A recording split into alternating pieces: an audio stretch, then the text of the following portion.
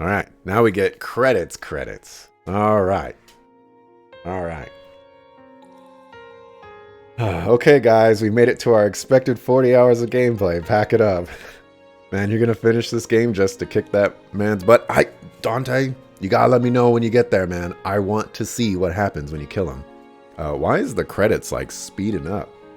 They started off so slow, and then they're just like, it's time to go turbo. Wonder whether you can beat him. You probably can. I just don't know how I would do it. He does way too much damage. Okay, so Legrand Legacy conquered. My overall thoughts. I've said this a few times throughout the game, and it's basically, I think the game is okay. It has a lot of problems. It has a lot of storytelling problems. It has a lot of dialogue problems. It has a lot of character development problems. It just has a lot of problems. But the game itself is a decent game, you know? Despite all of its problems, it's still a very average and okay JRPG. It doesn't do anything exceptional. It doesn't do anything fairly interesting, but it's still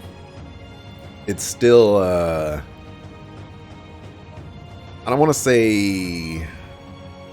Let me. I was gonna say it's still a game worth playing, but I think I don't think I want to say it that way, because yeah, you can get it for $20. You can get it on sale like I did for $8. I don't know if it's still on sale for $2 right now, but it was $2, and I do think that its price is worth the amount of game that you get. But I don't know if after experiencing this game that it's worth going through the 40 hours. I don't know if I've explained myself clearly there or not, but like, it's worth the price, but I don't think it's worth playing for 40 hours.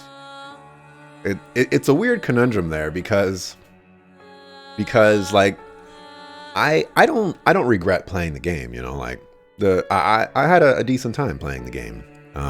There was some great moments, most of them captured by Mana Dryad, and for the price that I got it for, I totally got my money's worth. But I think, as Dante just put there, it's worth the price, but not worth your time. It needs a lot of story tweaks. It needs a lot of writing tweaks. It needs a lot. I think the best way that I can put this is the world is filled with mediocre and decent JRPGs out there, and you would be better off spending your time with a JRPG that you know is going to be good, or you know is going to be interesting.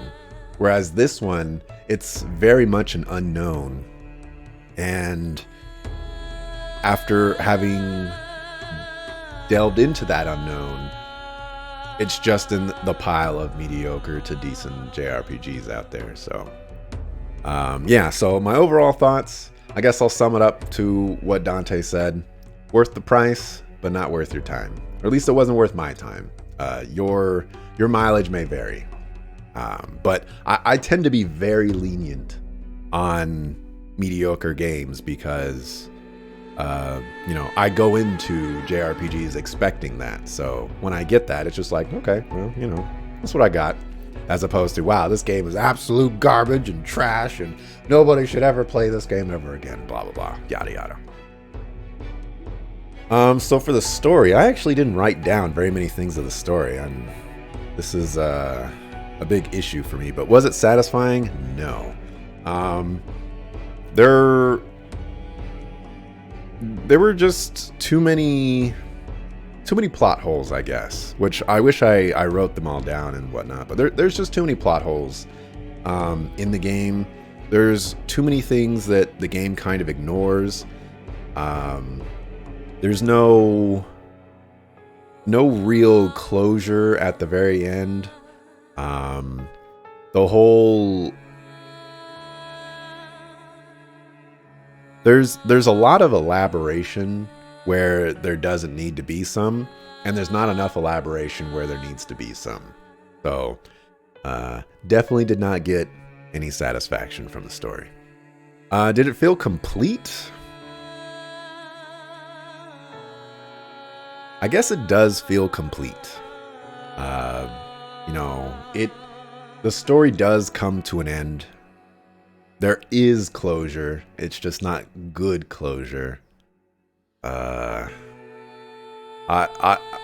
does feel complete. How is the pacing? I think when it comes to sticking on the main story and not really getting sidetracked, not really getting distracted by other things in the game, I would say the pacing was pretty good. There were things that got in the way. We had to go track down people. We had to go do weird stuff. We had to go through that mountain pass dungeon. Just to specifically talk about that mountain pass dungeon, we went in there to go get Kale. But before that, we talked to our ship captain and we're like, hey, we're going to go to this town. And he's like, okay, I'll go to that town while you go rescue Kale. But instead of like that whole scenario should have went like, hey, we're going to go rescue Kale and then we're going to come back and then you're going to take us to this town. But what really happened is we went to go rescue Kale and then we went through this super obnoxious dungeon to then go to the town where our ship captain was. It's things like that kind of screw with the game a little bit. But I think overall the pacing was pretty good. So thoughts on the story. This is the only thing I've written down for thoughts on the story. The story of the Norns early on in the game is among the most interesting aspects. I'm curious to see where they take it. They actually didn't take it anywhere, unfortunately. The whole Norn aspect of there being pure Norns who are using their powers for good and healing and things like that, and cursed Norns where they're kind of experimenting with how far their powers can go in creating undead and shadows and things like that was a very interesting thing. And they kind of put a lot of emphasis on that in the very early parts of the game. And so it kind of makes you think, oh, this game is going to be all about Norns and it's going to tie back to Norns. And in some ways, it kind of did. They kind of did a little head nod to it with Kale being Eris's shadow and, Eris sacrificing herself to defeat the final boss. Like they did a nod toward it, but they didn't really tie the story in the way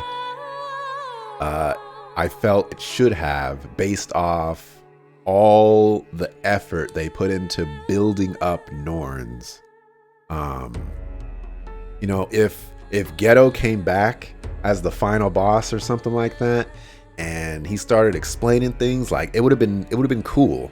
Now, you know what? I think that's one of the problems that this game has with its story is it spends a lot of time telling you about the history of the game. And a lot of that history is really interesting. But once you start experiencing the present day story, the political shenanigans, the war and whatnot, it really starts to fall apart because it's not as fleshed out and as detailed and as explained as what the past is. The past is really interesting. The present and what we're doing in the present, not so much. The writing in this game was a little obnoxious here and there. There's a lot of dialogue in this game that feels pointless and time wasting. I kind of go back to this conversation where these two characters are talking to each other, and they both repeat essentially the same thing twice. One character says, "Hey, how are you?" And he's like, "I'm doing great. How are you?" And he's like, "Oh, I'm doing great. How are you?" "Oh, I'm doing great. How are you?" You know, it needs condensing. I kind of don't want to say this, but I'll say it. I think the game just has too much dialogue in it. It could be cleaner. It could be much cleaner. A lot of the writing is also not very interesting. I said like the past, world building and whatnot is really nice, but beyond that, there's just not a whole lot of interesting things to read or to say. Characters like Kale, they sometimes exhibit some really nice character quirks and can't think of the word, but you know, like he has a little bit of goofiness to him, but he's not always a little bit goofy. He doesn't always exhibit those quirks because he doesn't really talk that much. Characters like Azam, he's a brilliant strategist, and you know, he's overall very polite and very intelligent, but he embellishes, or his dialogue is very embellished as far as him needing to say so much to say so little, which I mean could be an interesting kind of aspect to that character, but it was more annoying than it was fascinating, I suppose. And I guess just moving on to characters, Eris was definitely my favorite character. She was one of the most unique characters of this game. She was a Norn, who I found to be incredibly interesting. She had a shadow made by her father, so her backstory was incredibly interesting. She had, you know, a kind of, I don't want to say disease, but maybe like an abnormality about her, where she required, you know, medicine basically all the time to kind of survive. And above all that, you know, she was a very strong character. And I appreciate that a lot. You know, like she was a very cool character. She talked to people with telepathy. Everything about her was just very interesting. Once you kind of siphon away from the Eris aspect of the party, there's really not much there. Finn is just kind of nonsense. You know, I wish we got to kind of invoke some of that Red Prince aspects of him. We never really got anything like that. He was just kind of a clueless JRPG protagonist, basically, who every now and then would exhibit some amount of backbone or stubbornness that never really felt like it was part of his character. Arya wasn't particularly a nice person. She kind of just blamed, she was very hypocritical and kind of very two-faced in this game. You know, she would say things and then she would blame people for those things that she forgave other people for, and then she would constantly throw those things back in people's faces. You know, we've gone through the issues of Finn having amnesia, and she just blames him for stuff that he doesn't remember. He, you know, like, he did all that stuff a long time ago and he doesn't remember any of it. So why do you hate him for stuff that people are revealing about his past that he doesn't remember? It's as if he never did those things in essence, you know, because he has amnesia. You know, relax. And then Lady Scotia. Scotia is probably my favorite character. Eris, I think Eris became more interesting as the game went on, and Scotia unfortunately got removed from the party. So we really missed out on kind of the end and how we would see Scotia kind of grow into a whole new character. We didn't have her for as long as we would have liked. But Scotia was a very cool character as well. She did kind of feel like a mentor. She was a little bit too cryptic. Some of her speech patterns were a little annoying, Sunny and all that other junk, but she was a very cool character as well. So yeah, there's that. Dante says, we put all the stress on getting those super weapons and did nothing.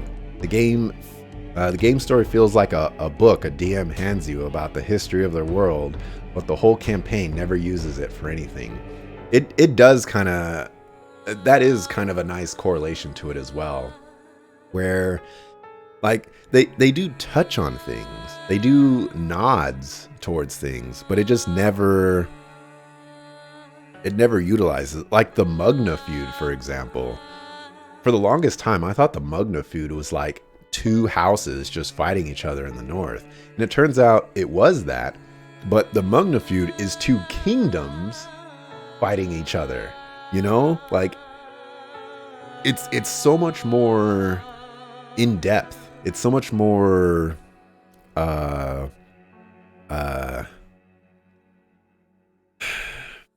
words are escaping me today, but there's so much more going on there than it just being called the Mugna feud, and we don't get to learn about that until later on in the game. It's just stuff like that could have been done better. If we went to the north early in the game and we were like trying to get them to go to like peace talks and things like that, and instead of having these scenes with Roland, maybe if we were talking to them and we were kind of seeing the downturn of Altea versus kind of like the upswing of Fandor, you know, like that's where you get kind of political stories going a little bit interesting, whereas this one was just very detached, and then it would just say like, hey, this is a political story and this is what's happening right now, go stop it. So the most stuff that I have written down is in the gameplay mechanics and design.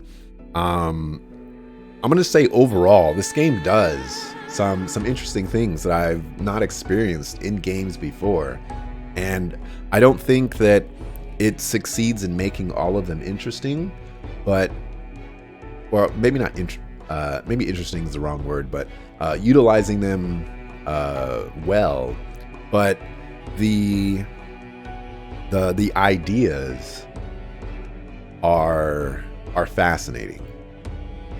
So some gameplay elements that stand out. Being able to ignore the weight limit in the options is great. I've never been a fan of limited inventory systems. I've played games with inventory systems in them, and I never like them. An inventory system in an RPG of any type is basically, well, let me rephrase. A weight limit in any RPG is basically a limited inventory system where you can only have a certain number of items.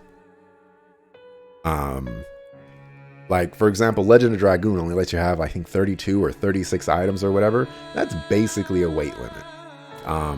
Those type of systems, I feel, just have no place in an RPG. Obviously, there's technical limitations that would require something like that. But this game came out in 2017, it looks like. So, there's no need for that. And the game recognizes that. And they're like, hey, we know this option kind of sucks, but if you want to add more challenge to yourself, there you go. You can have it. So, mad props to this game for not forcing that on the player. So, there you go. The War Troops minigame is pretty cool despite it being completely unnecessary.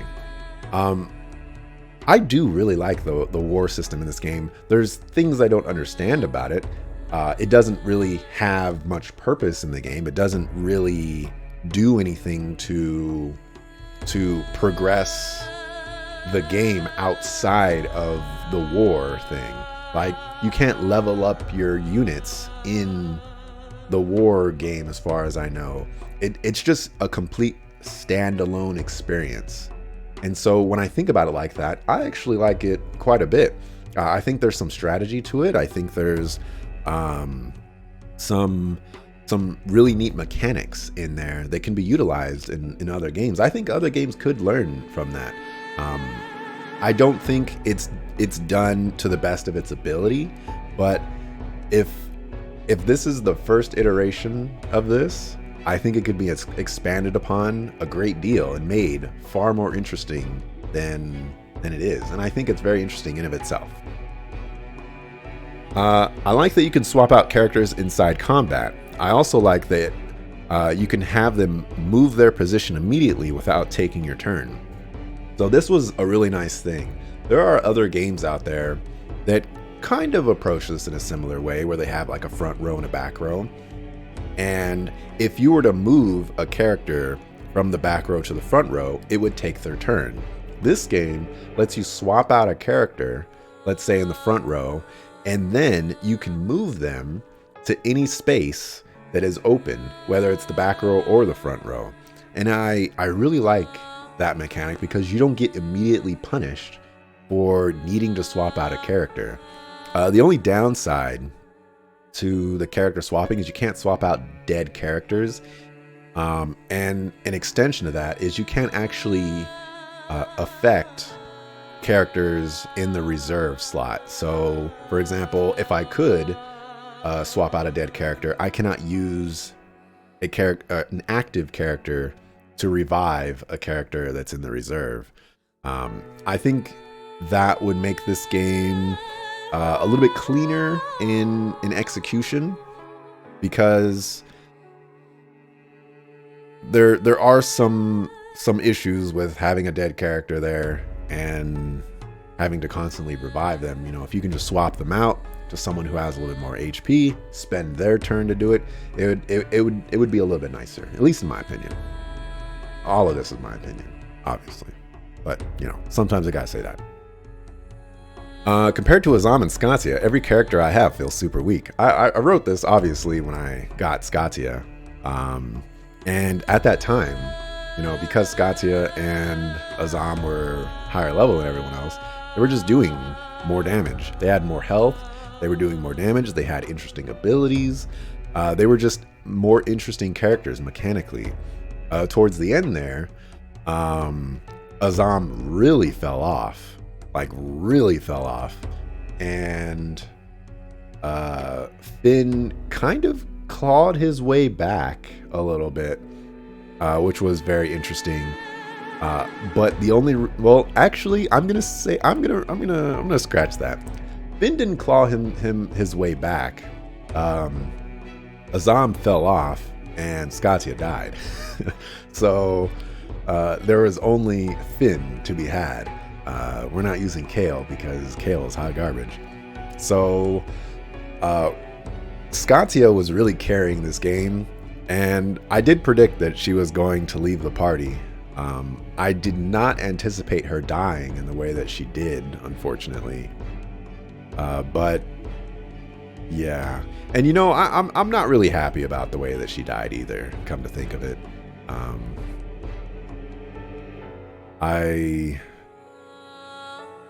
It's another one of those things that doesn't really make sense in the story aspect, because that was one of the only times that an armament was used, and you know, we never spent any time trying to understand or learn how the armaments work.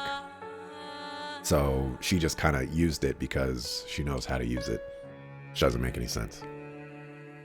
Getting dinar, that's money in this game, in Legrand Legends is like pulling teeth, or Legrand Legacy is like pulling teeth. This makes the item economy feel very difficult to handle and understand. I don't like the economy in this game. Um, Dante confirmed for me that you actually do have to sell items to get money in this game. There are a few other ways that reveal themselves to give money, like arena fights, and there were those war battles and things like that. And I'm grateful that those are there because those kind of gave me an uptick. But being required to sell things is pretty crazy. Not everything sells for a respectable amount of money. And it's just, it's not good. Especially because there's a lot of things that require so much money. And so you would have to sell so much. But in order to sell them, or like in order to get that money, you probably have to sell stuff that's incredibly valuable to you. But you need those incredibly valuable things to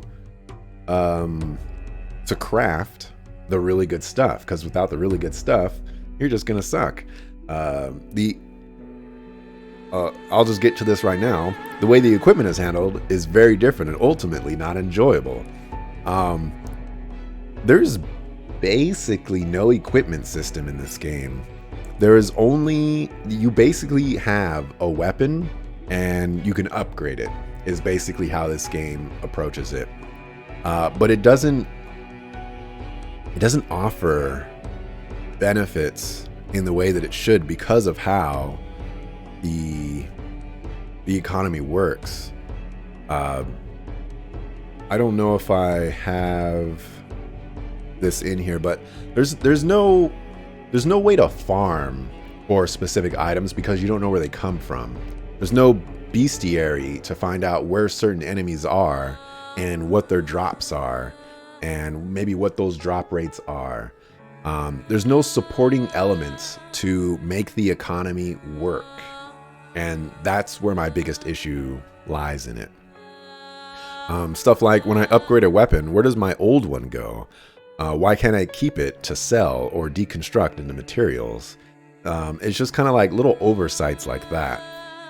The experience calculations confuse me, but all party members receive 100% experience, even when they die in battle, at least as far as I could tell. I always want to give props to games that do this, and this game went above and beyond by giving dead party members experience. And games that do that are just absolutely fantastic. I absolutely love it.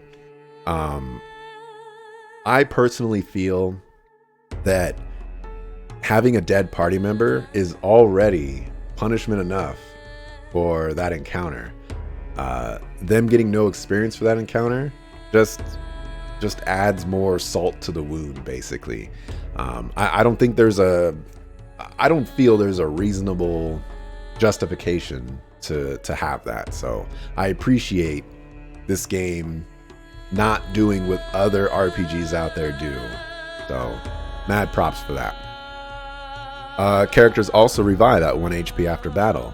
Not every game out there does this either, and so I appreciate that as well. The stat system is an interesting take. Learning new abilities by putting points basically everywhere. Strength, intelligence, and vitality being the most useful stats.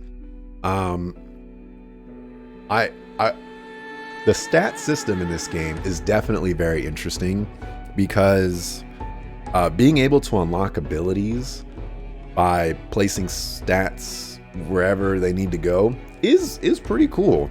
The big issue though is I'm not even going to say strength is a very good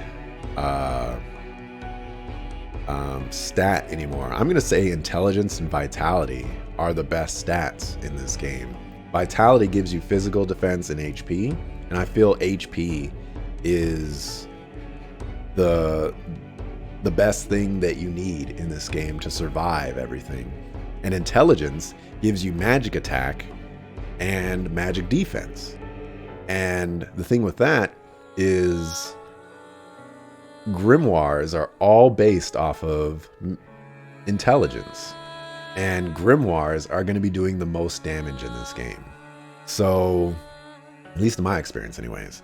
So the logical choice here is to get a really good, or get a single target grimoire, and then level up vitality and intelligence as far as it'll go, and basically ignore everything else until you get upgrades to your single target abilities. There are a few nice utilities out there that can be used, such as Arya's Bemuse, I believe, to reduce enemies' intelligence by like 60%, or 20%, 40%, whichever it happens to be. That one in particular is extremely useful, because if you reduce their intelligence, you're reducing their magic damage and their magic defense, and you're using grimoires, which are magic damage, so you're doing more magic damage and you're taking less magic damage. And it just all works out in the end right there. So if you're gonna play this game, just pump all your stats into intelligence and vitality, the two most OP stats. Luck is a very interesting stat, I'll say, as well, where it gives like drop rate and the little wheel perfect marker gets bigger.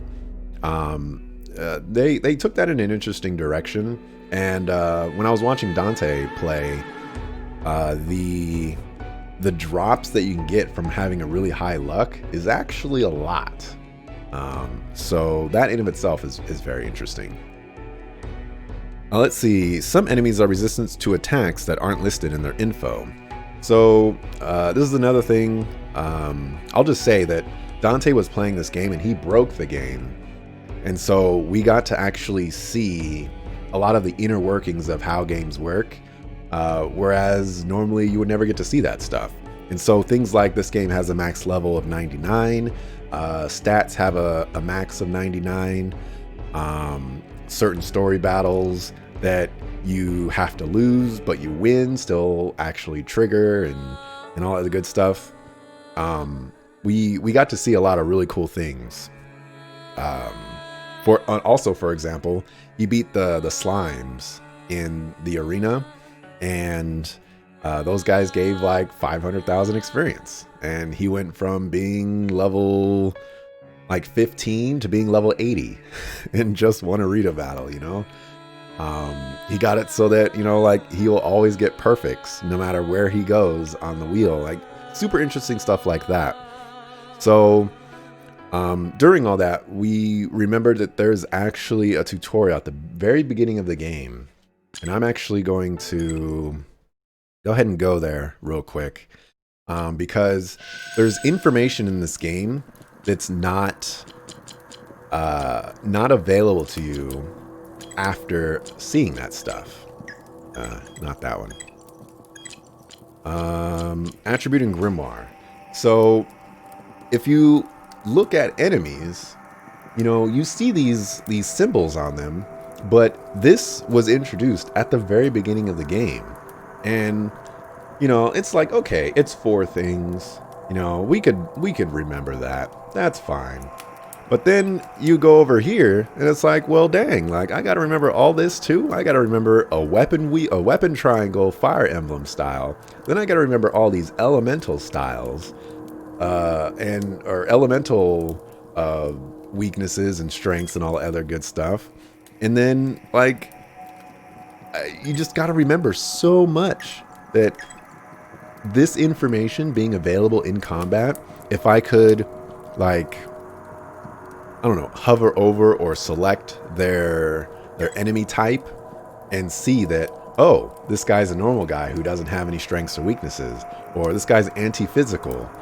That kind of stuff would be incredibly useful. Being able to go to their weakness and see, oh, you know, he's fire and he's taking this much more damage, or these are the things that are good against fire, stuff like that. I just wish we're in the game.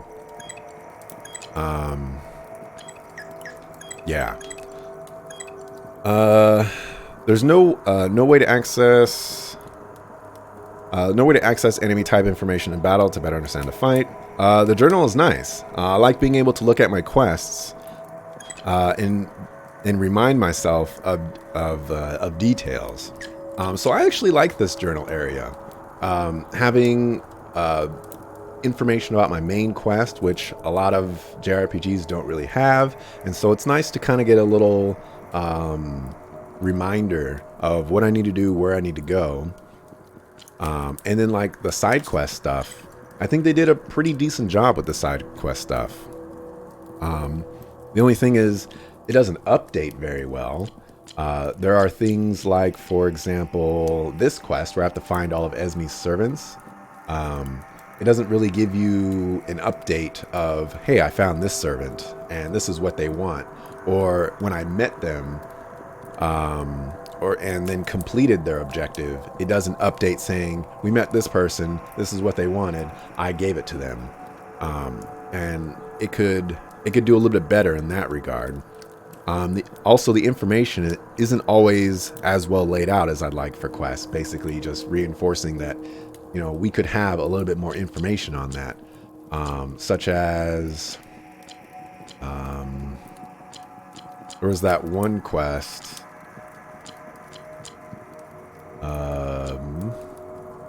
that we needed to get all of the 10 items, you know. It would have been nice to have all those 10 items right there with check marks and check boxes and things like that. And then there's no information about where items drop or a bestiary. Stuff like that would have just been incredibly useful. Being able to go into a recipe and be perhaps and say, okay, let me inspect this recipe and hover over buffer material, and it gives me a list of where it drops or where I could possibly get it, or maybe what town I can buy it in. Stuff like that would be incredibly useful things to have in this game. So, yeah. Let's see. The healing circles in dungeons are nice. I appreciate those a lot. The healing circles are absolutely fantastic.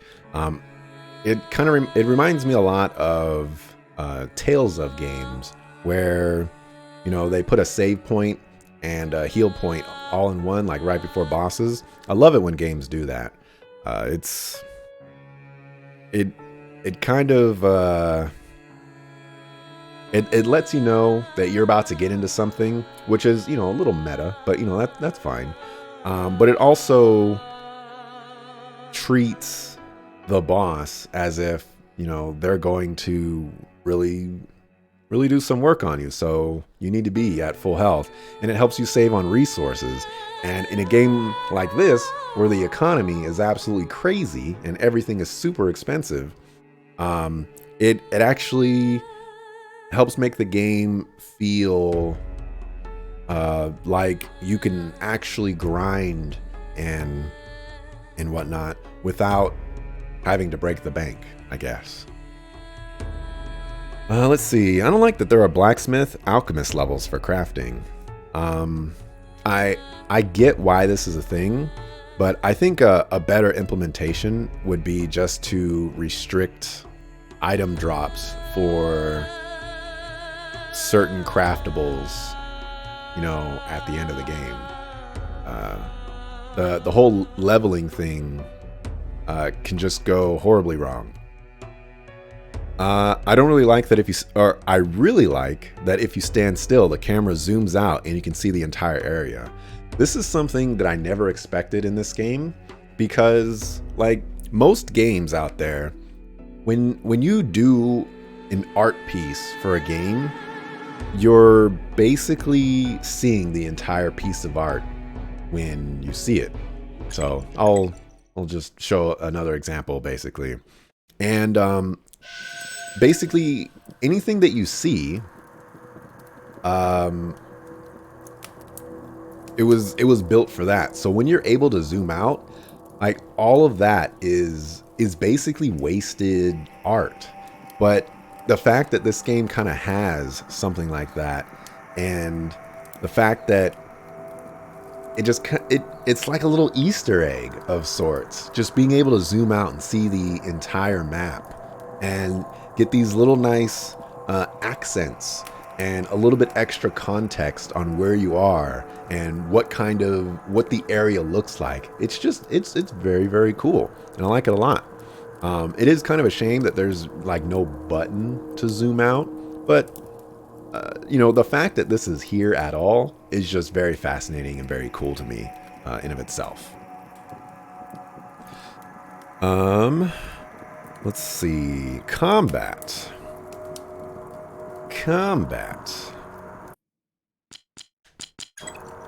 I like the wheel mechanic well enough.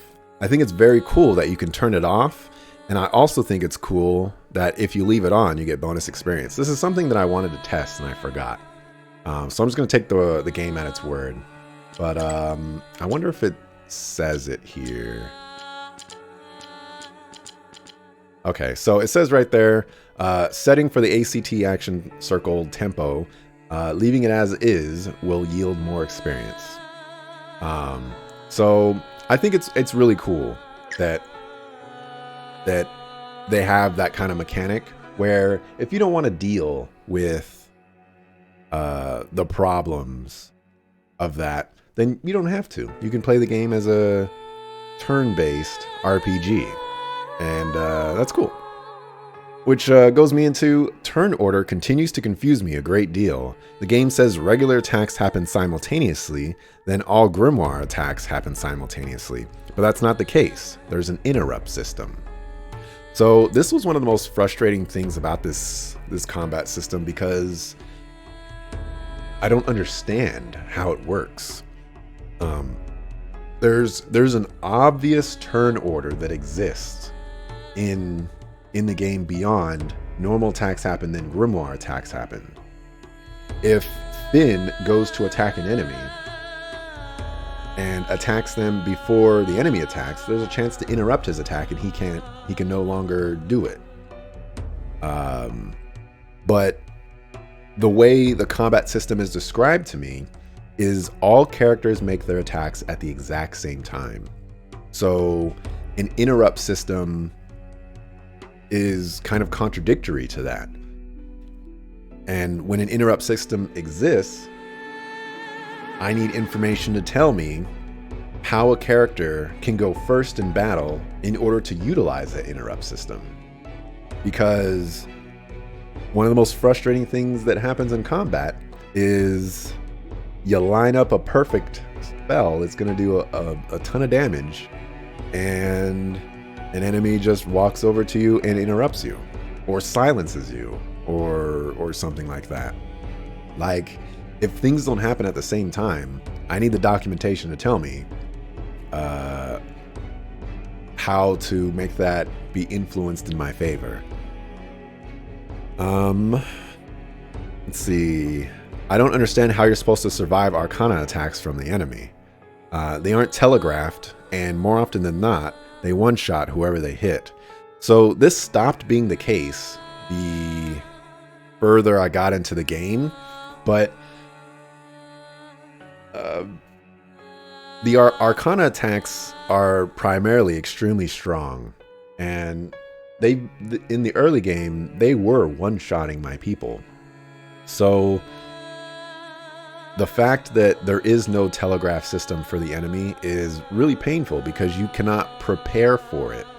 The protege at the end there, he was doing that like every 2 or 3 turns. It was a little crazy. I would love to see like a meter, an AP meter for them, where I can see that, oh, they're going to use their powerful Arcana attacks. I need to guard to help me survive. It's not so much that they're one-shotting you, it's that you don't know that they're coming, so you get one-shot because you couldn't prepare for it. Stuff like that. The first fight against the protege required me to use Scatia's light attack to break a damage shield. Not really a fan of that. Thankfully, I was already using her. So this actually gets incredibly worse because in the final fight with the protege, if you don't have a light attack on Eris, you just lose, as far as I'm aware. And that's some big bullcrap right there.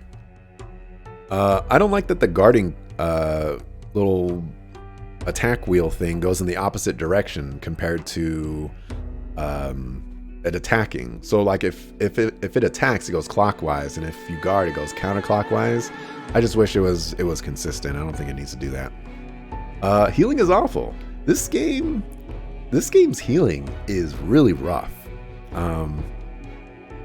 It gets better as you go along, but as a whole,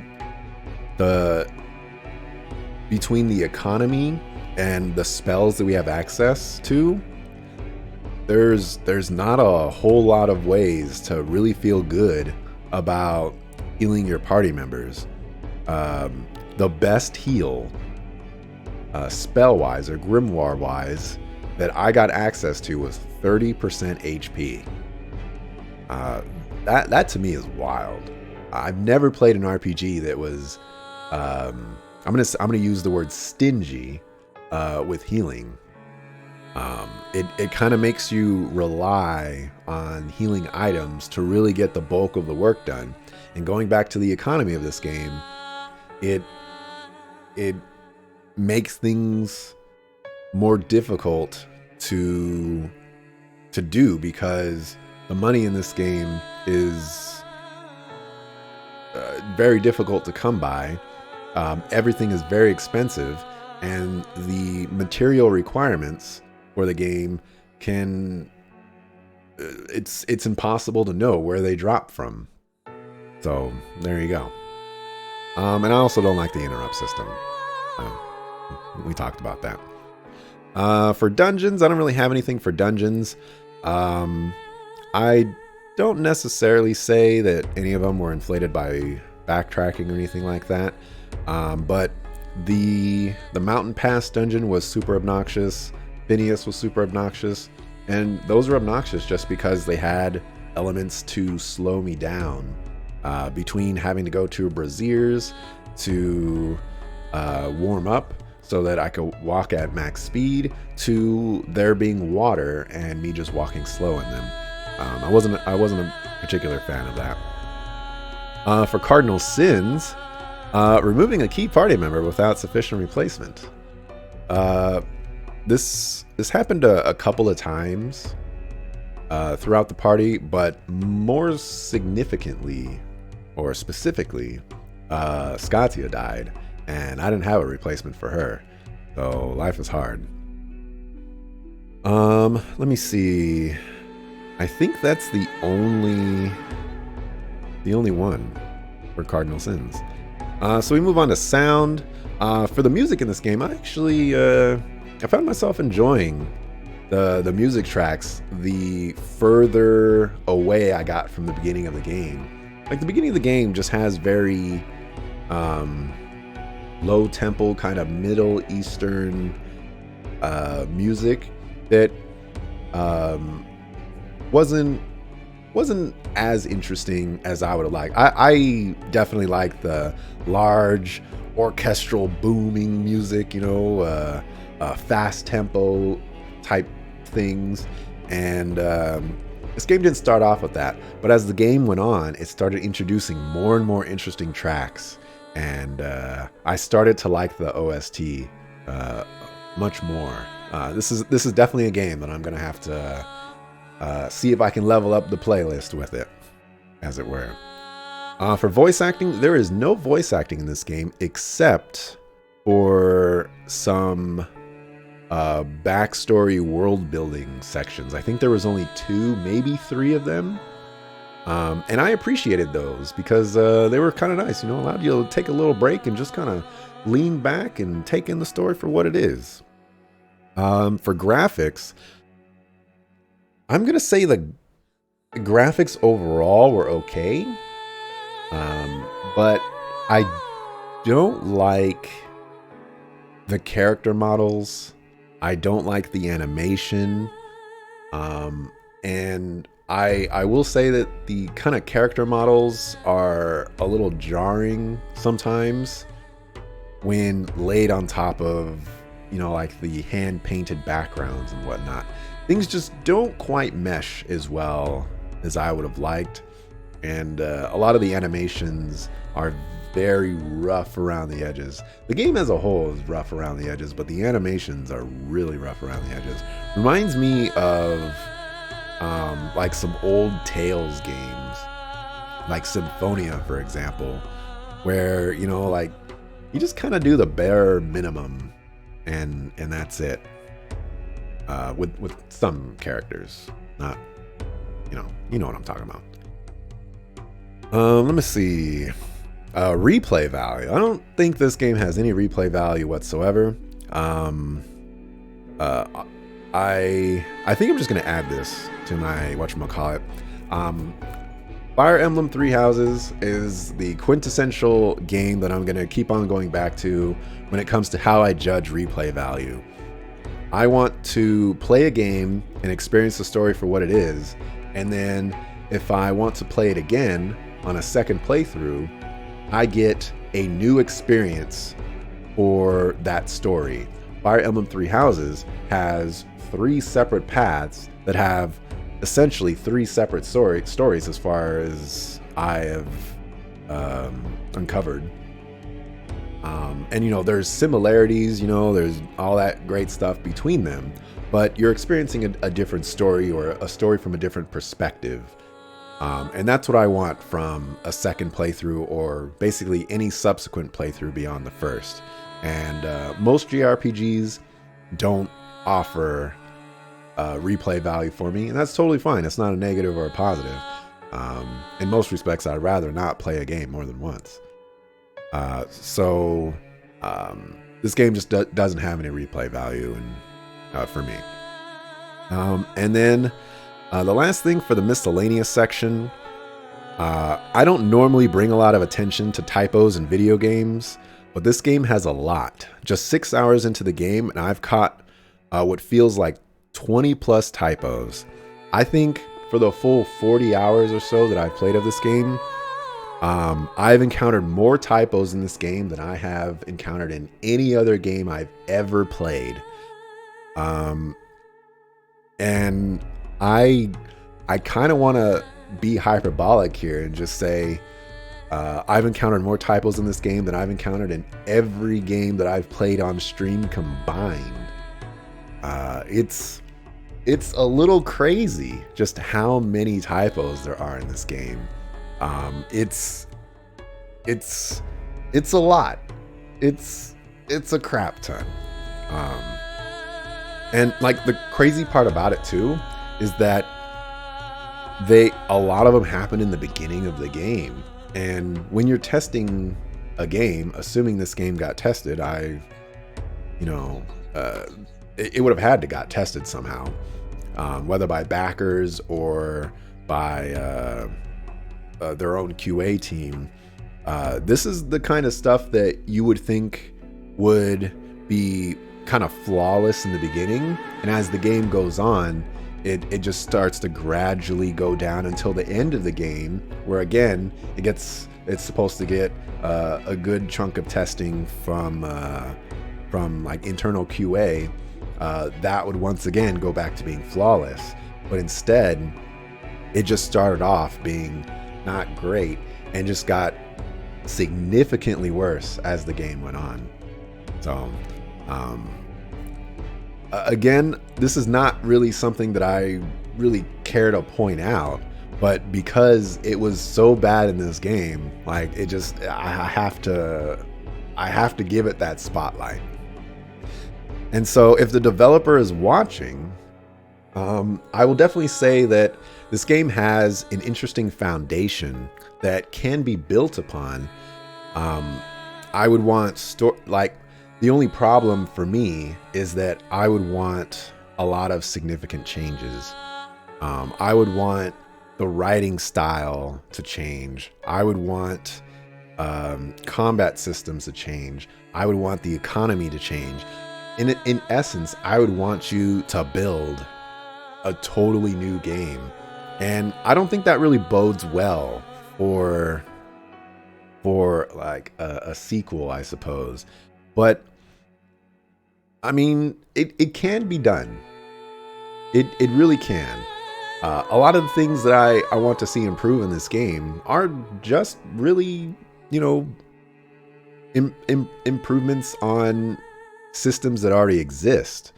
And, you know, you could just go about a different writing style and that would be fine. So I guess in a nutshell, what I'm looking for in, say, Legrand Legacy 2 is just, I want a little bit more condensed story that is actually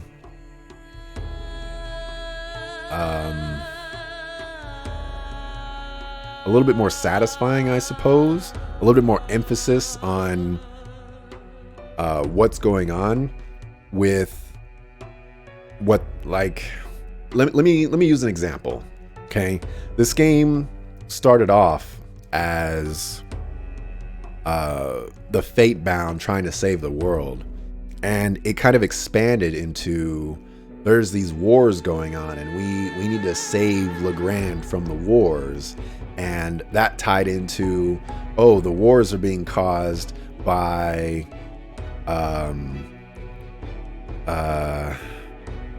losing my mind right now. Wars are being caused by the fate-bound prophecy. And it would have just been a much more interesting game if the war stuff was just left in the background and we were just focusing on, we're fate-bound, we need to stop the furbogs from happening, and there you go. So I think story-wise, I would have preferred that, and then mechanically, you know, I've gone through all of that stuff basically ad nauseum, but there are changes that I would like to see to the combat system just to make it flow a little bit better. If you keep the same economy system, having a bestiary would alleviate most of the issues that I have with being able to see where enemies are, what they drop, and maybe even drop rates. Yeah, I think a sequel could be warranted. I don't know where it would go story-wise, but I'm sure the furbogs will be back, you know, stuff like that. But honestly, I'd much rather see a brand new game than a game in this world. Not to, you know, be negative or anything like that, but I don't think the world itself was too interesting to me beyond the story of the Norns. So if you want to do a prequel where we're doing some Norn stuff, I'd be down with that. That would be kind of cool. So, you know, throwing some ideas out there. But yeah, just to give my overall thoughts again, I think the game is okay. I think that it's worth the price, but it's probably not worth playing yourself. I think this game would actually probably make a really good Let's Play game where you don't play it yourself, you watch someone else play it, and they can suffer through all the issues, and you can just sit there and poke fun at things.